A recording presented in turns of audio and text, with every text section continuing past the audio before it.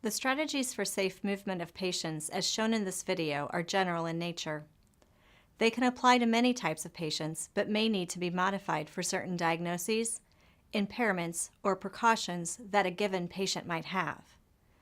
Thus, for a specific patient, the strategies shown may need modification. If you are unsure of how to safely move an individual patient, it's recommended that you consult with the occupational or physical therapists at your facility.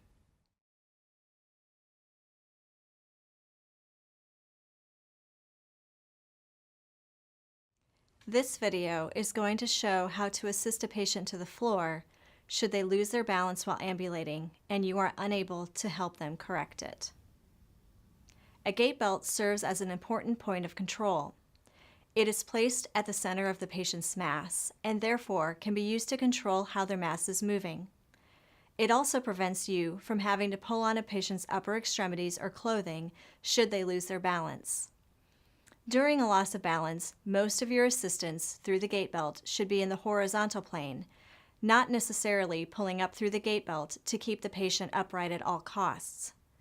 Often, the best thing that a gait belt can do is to either help the patient correct minor losses of balance through horizontal corrections you may provide, or slow the patient down during a descent onto a lower surface. Anytime you need to pull on the gait belt, try to use a firm, smooth pull. A quick pull with excessive force may cause the patient and you to have further imbalance due to overcorrection. If the patient begins to lose their balance while ambulating, direct her towards you with your points of contact at the gait belt and shoulder.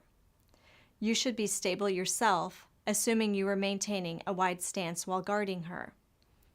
Having the patient lean on you for stability will help you retard her descent to the floor. As you lower the patient, keep a wide stance to maximize your stability. Keep the patient's body close to your own so you are not keeping her at arm's length and straining your back. As best as you can, squat down as you lower her down rather than flexing through your spine. As you are lowering the patient to the floor, you may need to take small steps backward to make room for the patient as she sits down on the ground. If you do assist the patient in a fall, which is an unplanned descent to a lower surface, the patient should be assessed for injury prior to helping them rise again. Depending on the patient's status after the fall, they may be able to assist getting up.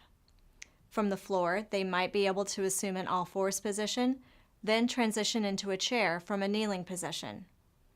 Alternatively, a mechanical lift may be indicated in some cases.